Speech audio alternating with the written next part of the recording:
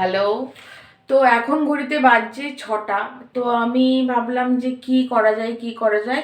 তাই আজকে আমি বানাবো হচ্ছে চাউমিন। তো চাউমিনের এখানে সব কাটাকুটি চলছে।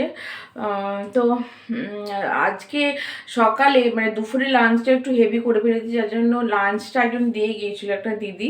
তো সে চিকেনটা এতটা বেশি দিয়েছিল যার জন্য চিকেনটা আবার রয়েও গেছে সকালের জন্য, মানে সকালের জন্য বলছি, মানে চিকেনটা রাতেও হয়ে যাবে, যার জন্য আর রাতে কোনো খাবার ঝামেলা নেই আমার। তো সন্ধ্যেবেলায় কি খাওয়া যায়, তাই ভাবলাম যে সন্ধ্যেবেলাতে একটু চাউমিনটা বানাই। তো আসলে মানে দিদি আজকে আমাকে চিংড়ি মাছ দিয়ে আর ঘি দিয়ে ভেজে রাইসটা দিয়ে গিয়েছিলো, সেই রাইসটা এখন অনেকটা আছে। তার সাথে দিয়েছিল স্যালাড, আর তার সাথে দিয়েছিল হচ্ছে চিকেন। তো এত ভালো খেয়েছি, সেই খাবারটা বারবার মানে আমার মানে মনে চলে আসছে, সেই জন্য বারবার হয়ে যাচ্ছে। আর এখন আমি করব হচ্ছে চাউমিন, ছোট্ট করে একটা রেসিপি চাউমিন। চলো চাউমিনের এগুলো, বিয়ের আগে সবজি তো খাওয়াই সেভাবে হতো না। তো এখন বিয়ের চক্করে মোটামুটি সবই সবজি খাওয়া হয়, না খেলে আবার পর প্রচণ্ড রাগ করে যে কেন সবজি খাবে না। আমি এই বিটটা তো আমি মানে গাজরটা যদিও খেতাম, বিটটা তো আমি একদমই খেতাম না। কিন্তু একদিন জানো তো হঠাৎ করে বানিয়ে দেখলাম যে বিট আর গাজরের একটা রেসিপি বানিয়েছিলাম, খেতে ভালোই লাগলো। তো সেই দিন থেকেই আমি ঠিক করেছি আমি এবার থেকে তাহলে গাজর বিটটা খাবো। তো সেই করেই খাওয়ার আজকে চাউমিনের জন্য মোটামুটি বেশ ভালোই অনেক সবজি টবজি কাটা হয়ে গেল। তো কী বলতো, ক্যাপসিকামটাও আমি খেতাম না, কিন্তু এখন এই দেখলাম যে বর যেহেতু নিয়ে আসছে, তো ও আবার একটু ফেলে দিলে বেশি বিরক্ত হয়। তাই ভাবলাম যে আর ফেলাফেলি কিছু না করে সবজিগুলো দিয়ে চাউমিন বানিয়ে ফেলি, চাউমিনটাও খাওয়া হবে, সবজিগুলো খাওয়া হলো। ব্যাস, সবজি কাটা আমার কমপ্লিট।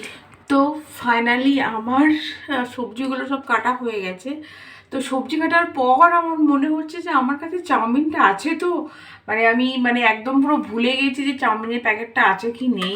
আর যদি না থাকে কি হবে, মানে আমি কনফিউজ, আমি এখন জানি। চলো দেখি আছে নাকি খুঁজে। চলো চাউমিন আছে নাকি দেখি আগে, চলো। আছে, পেয়েছি, এই যে এটাতে আছে। ব্যাস, ফাইনালি চাউমিন এক প্যাকেটই বানাবো, বেশি বানাবো না, এক প্যাকেটে দুজনের হয়ে যাবে। তো আমি খুব কনফিউজের মধ্যে ছিলাম চাউমিনটা আছে কি নেই, ফাইনালি পেয়েছি।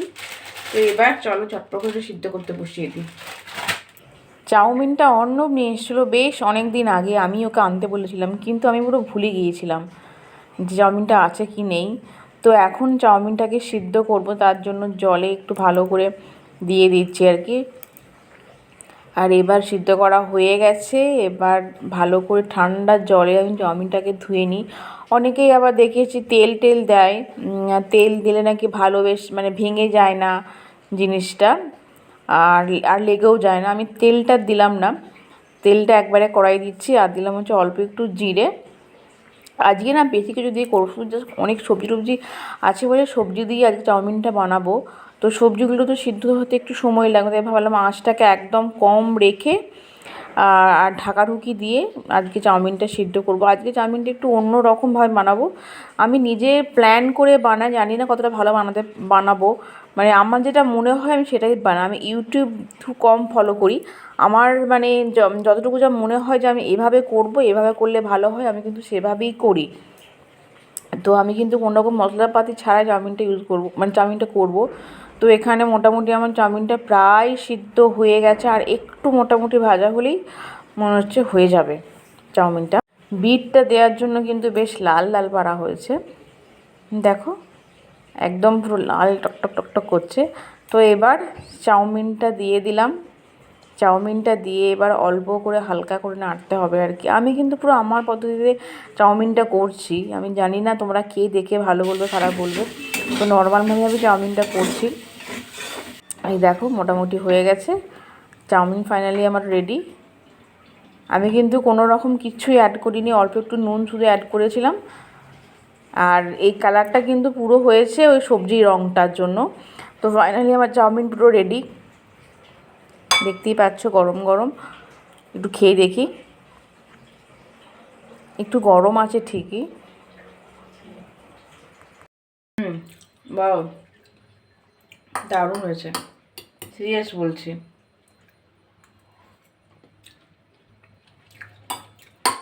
শীতকাল, তার সাথে গরম গরম চাউমিন, ভীষণ ভালো লাগছে।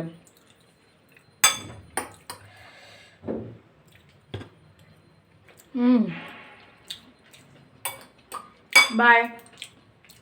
তো এবার আমি বসে গেছি ফাইনালি। তো আমার অতটুকু খেয়ে একদম মন ভরলো না, আমি আবার বাটি করে নিয়ে আলাদাভাবে বসে খাচ্ছি। ওদিকে বরমশাই ফোন করেছিল, ও বললো আমার একটু দেরি হবে আসতে, তুমি খেয়ে নাও। তো ব্যাস, তাই আমি খেতে বসে গেছি।